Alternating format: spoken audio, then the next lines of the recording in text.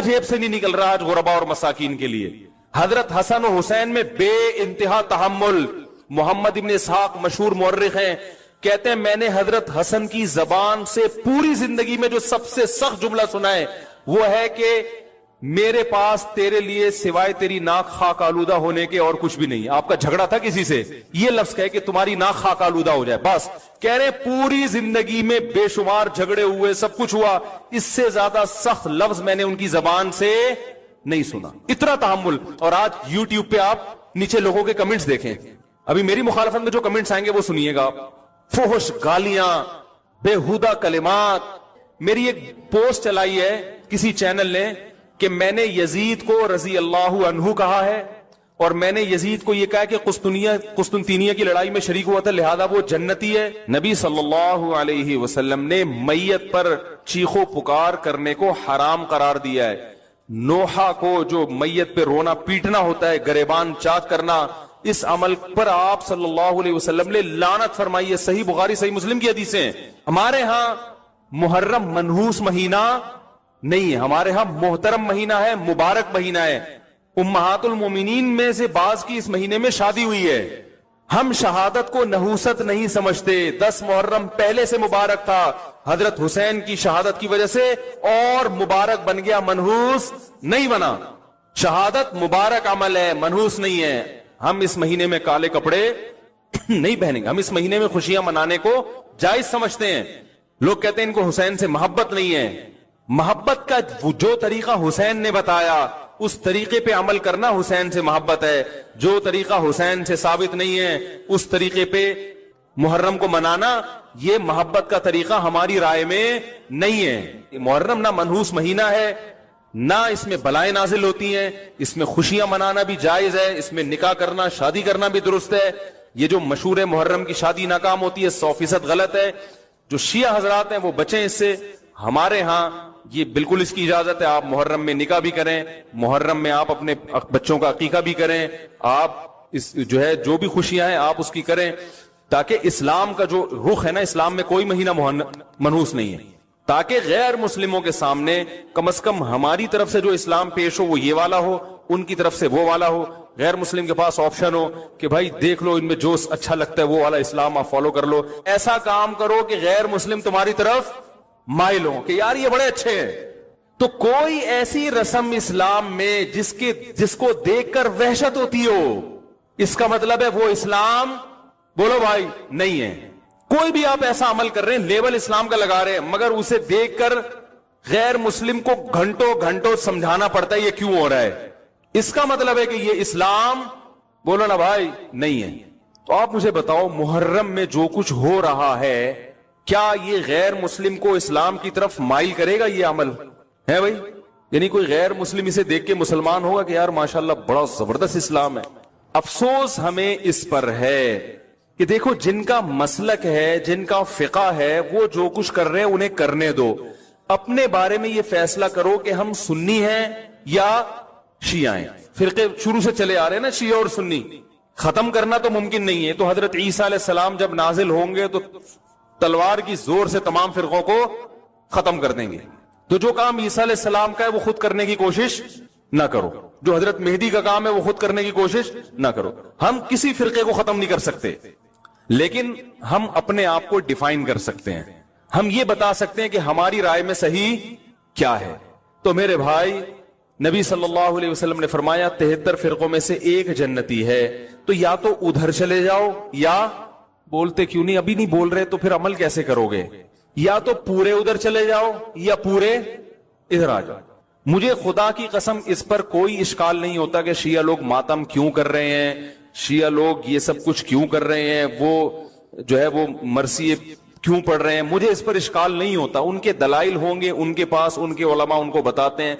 वो कब कहते हैं कि हम सुन्नी हैं, वो कब कहते हैं कि हम सहाबा को हुज्जत समझते हैं। एक चीज का उन्होंने दावा ही नहीं किया तो हम उन पर वो क्यों थोपे उनके सर पे। लेकिन मैं आपकी बात कर रहा हूं, मैं उन लोगों की बात कर रहा हूं जो अपने आप को सुन्नी कहते हैं। तो भाई फिर सुन्नी हो तो जो अहले सुन्नत वल जमात के जो चारों मकातब फिक्र हैं, हनफी, मालिकी, शाफी, हम्बली, अहले सुन्नत के है ना, इनकी किताबों में कहीं भी इस तरह की कोई चीज बोलो भाई नहीं है। मातम करना अहले सुन्नत के यहां जायज नहीं है। नबी सल्लल्लाहु अलैहि वसल्लम ने मैयत पर चीखो पुकार करने को हराम करार दिया है। नोहा को जो मैयत पे रोना पीटना होता है, गरेबान चाक करना, इस अमल पर आप सल्लल्लाहु अलैहि वसल्लम ने लानत फरमाई है। सही बुखारी सही मुस्लिम की हदीसें।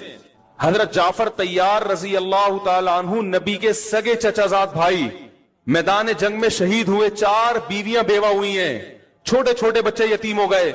आपने उनकी बीवियों को जोर से रोने की इजाजत नहीं दी।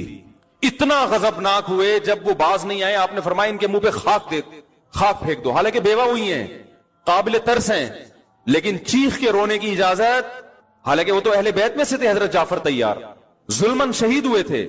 हमारी नजर में हजरत हुसैन रजी अल्लाह ताला अन्हु का कत्ल करबला में यह तारीख का बदतरीन जुल्म, इसलिए बदतरीन जुल्म कि आप गैर मुस्लिमों के हाथों शहीद नहीं हुए, बल्कि उन लोगों के हाथों शहीद हुए जो अपने आप को मुसलमान कहते थे और मुसलमानों की क़यादत उस वक्त उनके हाथ में थी, हुकूमत उनके हाथ में थी।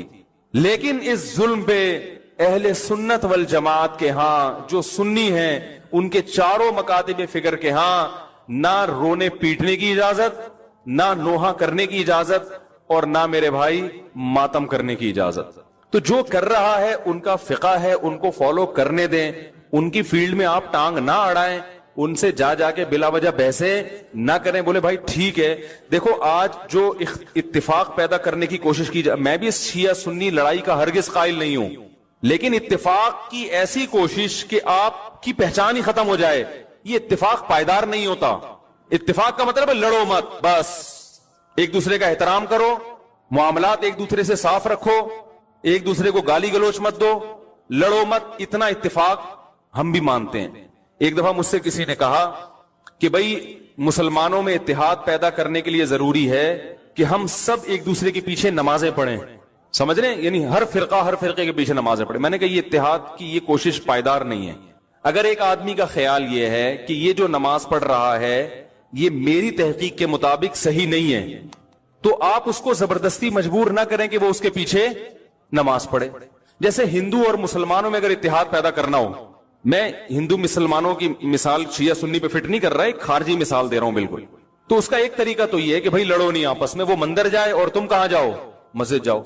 लेकिन आप ऐसे शुरू कर दें कि अगर हिंदू नमाज पढ़ाए तो मुसलमान उसके पीछे नमाज पढ़ लें, ऐसा नहीं होगा भाई, क्योंकि हमारी राय के मुताबिक फिर नमाज होगी नहीं। तो इसी तरह कोई मुसलमान नमाज पढ़ा रहा है मगर उसका फिका ये कि वो बगैर वजू भी नमाज का कायल है, उसका फिरका ये कहता है, तो हम उसके पीछे पढ़ लेंगे? है भाई, नहीं पढ़ेंगे। हम बोलेंगे भाई हमारी राय के मुताबिक आपकी नमाज नहीं हो रही। अगर आपका फिका ये कहता है कि बगैर वजू भी हो जाती है तो ठीक, आप पढ़ते ना, हम आपको नहीं छेड़ रहे, लेकिन हमारी तहकीक ये कि नहीं होती। तो इसी तरह मेरे भाई, अगर मेरा किसी के बारे में अकीदा हो कि ये शिर्क का मुर्तकिब है और मैं उसके पीछे नमाज ना पढ़ूं, तो इसको फिरकावारियत नहीं कहते। समझ रहे कि नहीं समझ रहे? हाँ, लड़े नहीं। दुनिया में दर्जनों नजरियात के लोग हैं, दर्जनों फिरके हैं, दर्जनों मजाहिब हैं, आपस में मोहब्बत से रहें। इबादत हर शख्स अपने अपने अख्पल तरीके से करेगा। बहुत दिनों से अख्पल का लफ्ज नहीं आया था। इसी तरह मैं समझता हूं ये मुशरिक तो नहीं है, तो तौहीद परस्त, मगर इसकी नमाज कुरान और हदीस के खिलाफ है बिल्कुल, और ऐसी मिस्टेक कर रहा है जिससे मेरी राय के मुताबिक नमाज ही नहीं होती, तो भी मुझे ये राइट हासिल है कि मैं उसके पीछे नमाज ना पढ़ूं, मगर मैं अपनी तहकीक उस पर थोप नहीं सकता जबरदस्ती। थोपेंगे तो फिर कवारियत बढ़ेगी। बहुत मुश्किल है भाई, बहुत मुश्किल है समझाना। तो मुझे लोग पूछते हैं कि फला के पीछे नमाज पढ़ो, मैं कहता हूं भाई नहीं पढ़ो, कहने से फिरकवारियत पैदा होगी। मैंने कहा नहीं होगी फिरकवारियत पैदा। अगर आपकी राय के मुताबिक उसकी नमाज कुरान और सुन्नत के मुताबिक नहीं है तो आप ना पढ़ें। शिया सुन्नी हमेशा से आए हैं और एक दूसरे के पीछे नमाजें बाज ने पढ़ी भी हैं, बाज ने नहीं भी पढ़ी हैं, और ये भी हदीस से हमें मिलता है। देखो, बनु कुरैजा में रसूलुल्लाह सल्लल्लाहु अलैहि वसल्लम ने सहाबा की जमात को भेजा और कहा कि असर की नमाज का वक्त जब तक असर वहां पहुंच के पढ़ना है। मशहूर हदीस है। रास्ते में नमाज कज़ा होने लगी। सहाबा की एक जमात का ख्याल था भी नमाज का टाइम खत्म हो रहा है, हम पढ़ेंगे नमाज। दूसरी जमात का ख्याल था कि भाई नबी ने तो इजाजत नहीं दी। इन्होंने कहा भाई इसलिए नहीं दी कि नबी को थोड़ी मालूम था कि नमाज कज़ा हो जाएगी। एक फरीक ने नमाज पढ़ी और एक ने नमाज नहीं पढ़ी। अब आप ये तो नहीं कह सकते जिन्होंने नहीं पढ़ी उन्होंने इनके पीछे क्यों नहीं पढ़ी, क्या वो इनको काफिर समझते थे? بھائی مسلمان سمجھتے تھے، لیکن ان کا خیال یہ تھا کہ حدیث کا جو مطلب ہم بیان کر رہے ہیں وہ ٹھیک ہے، یہ جو مفہوم پیش کر رہے ہیں وہ ٹھیک نہیں ہے. نبی نے جب منع کر دیا تو یہ غلط کر رہے ہیں نماز پڑھ کے، لہذا انہوں نے نہیں پڑھی نماز.